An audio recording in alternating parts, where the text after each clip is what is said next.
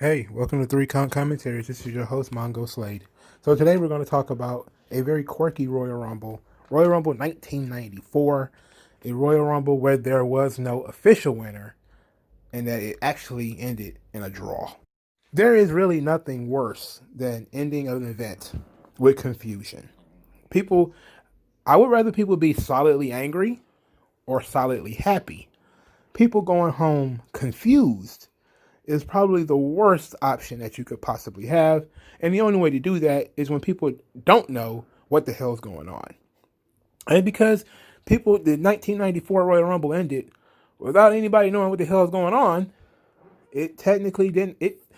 This was a great match, the Royal Rumble match, because the A, B, and C stories really nailed. They really nailed home what they were doing for the future. They really told a decent narrative throughout the show.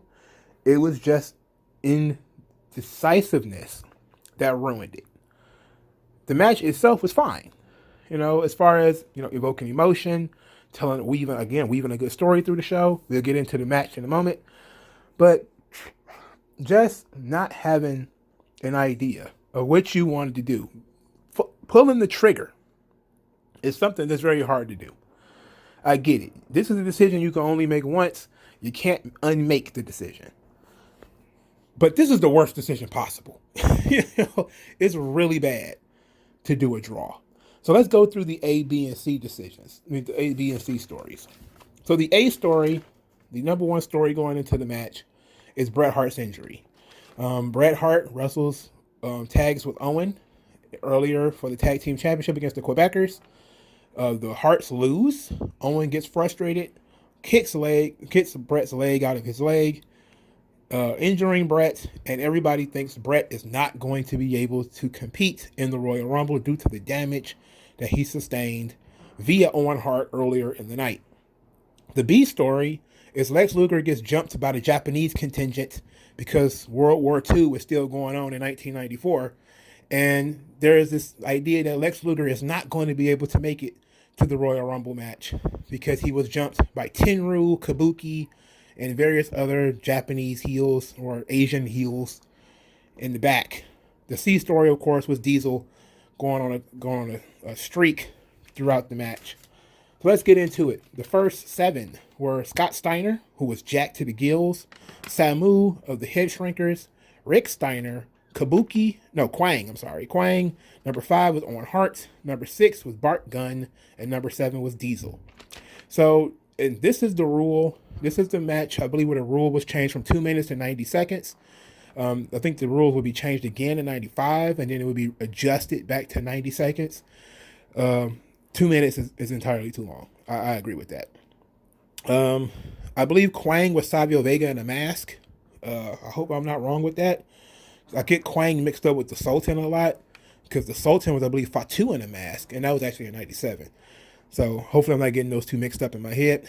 Ted DiBiase was on commentary with Vince McMahon. Vince McMahon is great on commentary. I don't care what y'all think. He didn't know any moves, but he had an amazing amount of enthusiasm, and enthusiasm counts for a lot.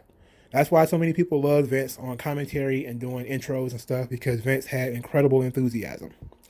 So the only issue that's important for the first third of the match, if we're being honest, is Diesel eliminating a bunch of people.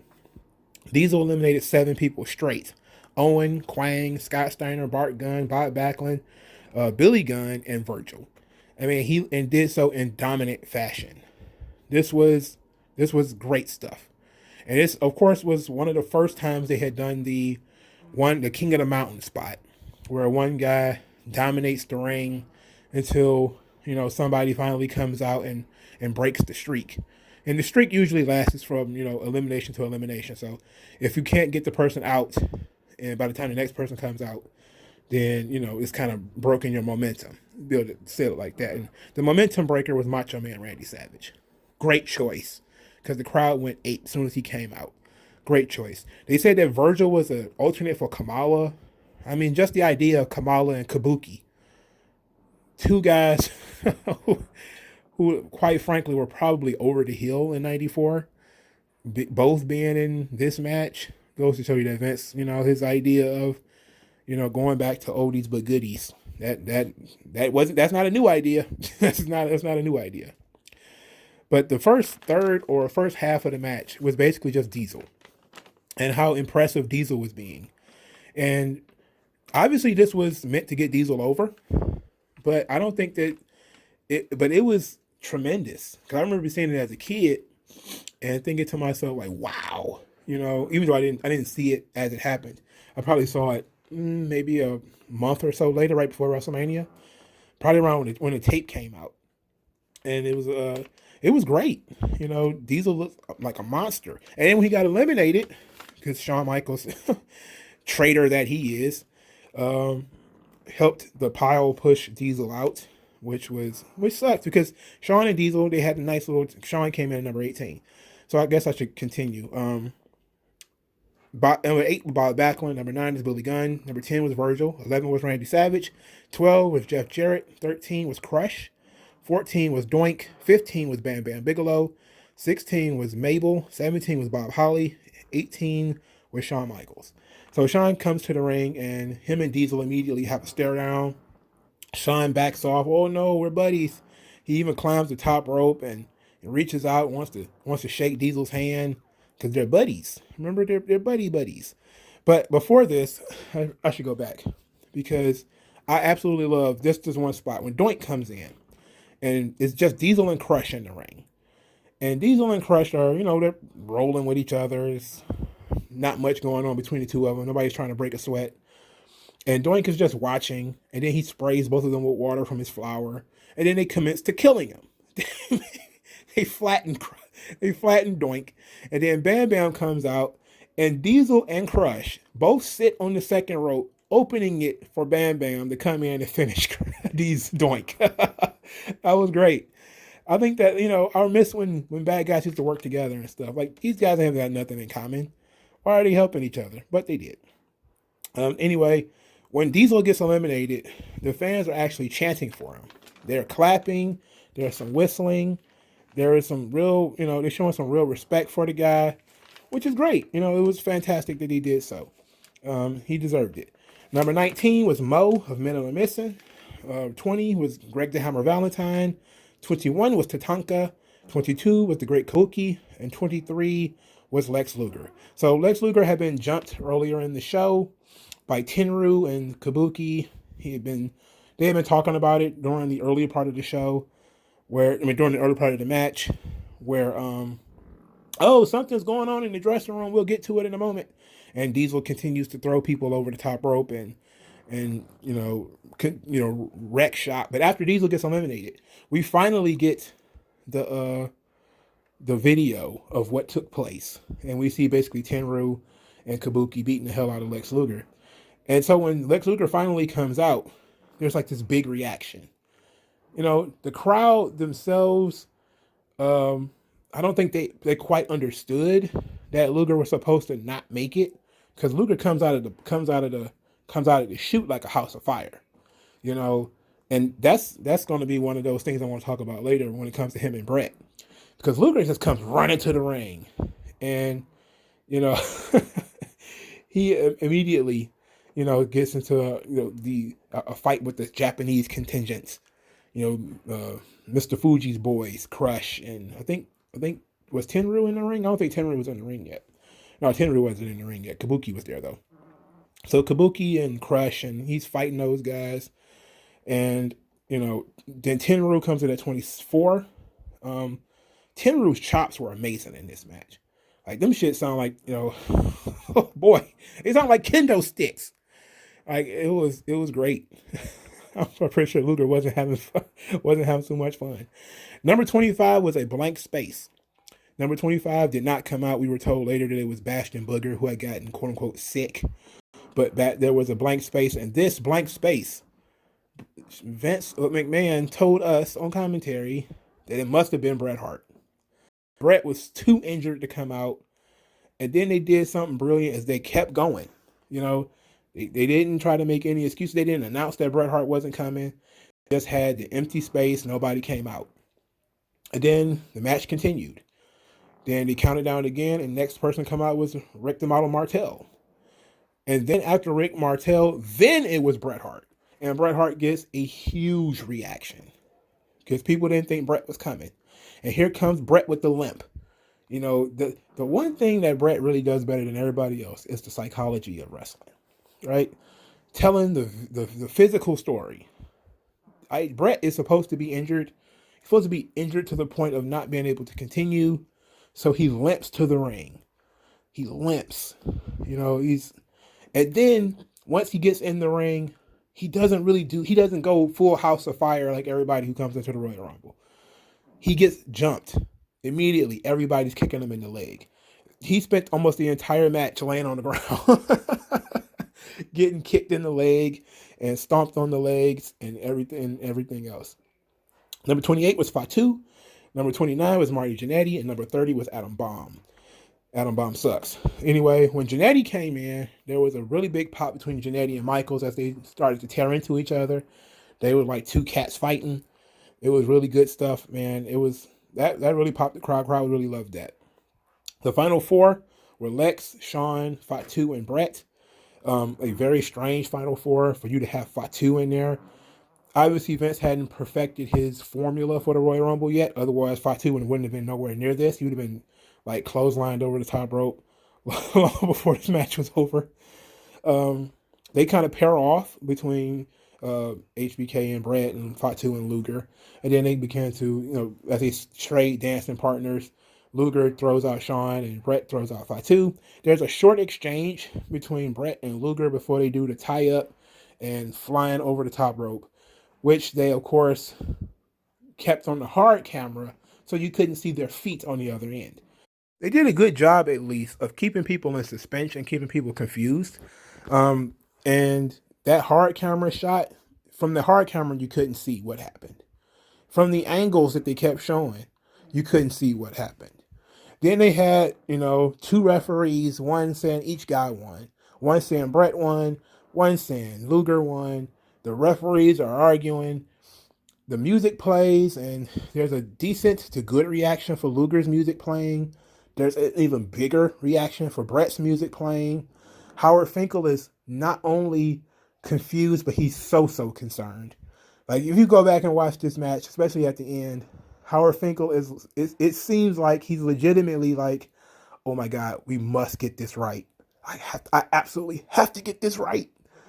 And Jack Tunney comes in, and Jack Tunney makes no decision. His decision is it's a draw. Stupidest decision you could possibly make is that it was a draw. That's a fireable offense in my book. I'd have fired Jack Tunney. You don't let your Royal Rumble end in a draw. You only do one match a year. How are you going to justify having a draw? But of course, we know why there was a draw. Vince couldn't make up his mind about whether he wanted Bret or Luger, because despite the fact that he had been pushing Luger for over a year at this point, or almost a year, he didn't trust him. And Bret was old reliable. And instead of making a decision and maybe biting the bullet and just pulling the trigger, he decided to hedge his bets and basically steal everybody's money by saying the match was a draw. Or they didn't call it a draw, technically. They technically said they were co-winners, which technically means that you're a draw. If a match ends with co-winners and then it's not a tag team match, then it's a draw.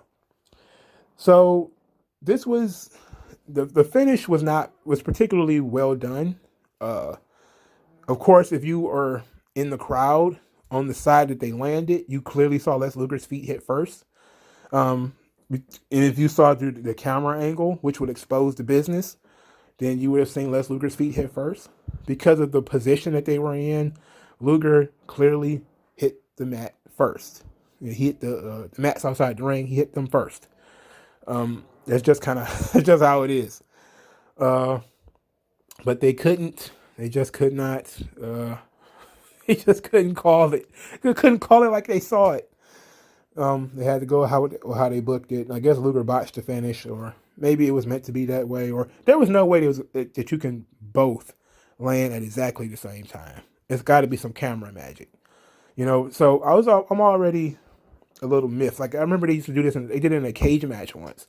I think it was Hogan versus somebody. It was Hogan versus somebody, where They climbed out at the same time, and I was like, this whole feet touched the floor first, and come on, just give it to Brett, or just give it to Luger.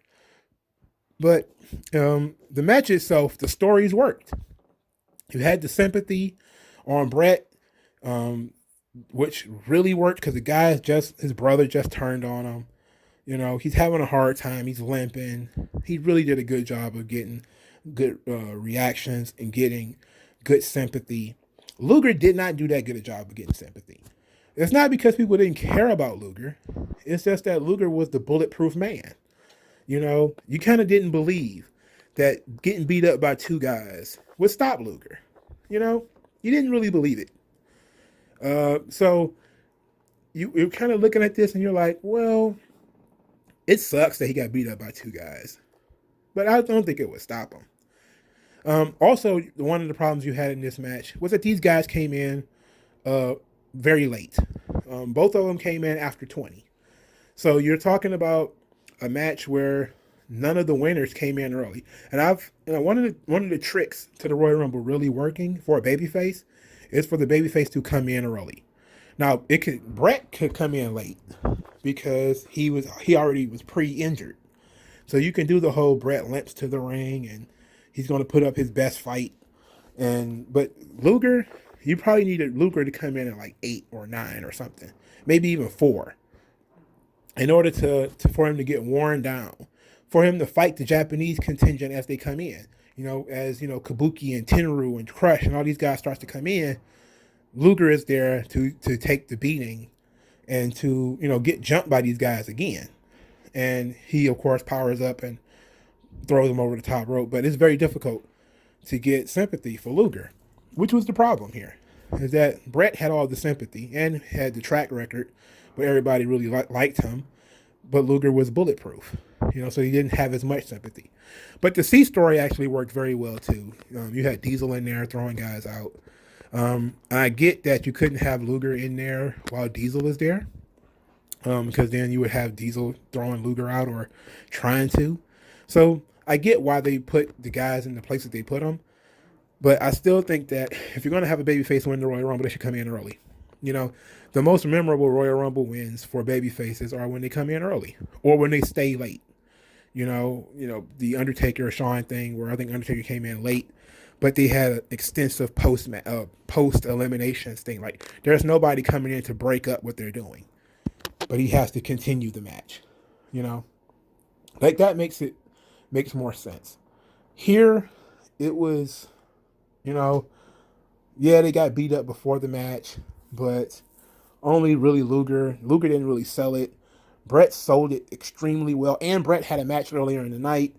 So you were looking at a lot of Brett throughout the night. But I don't know.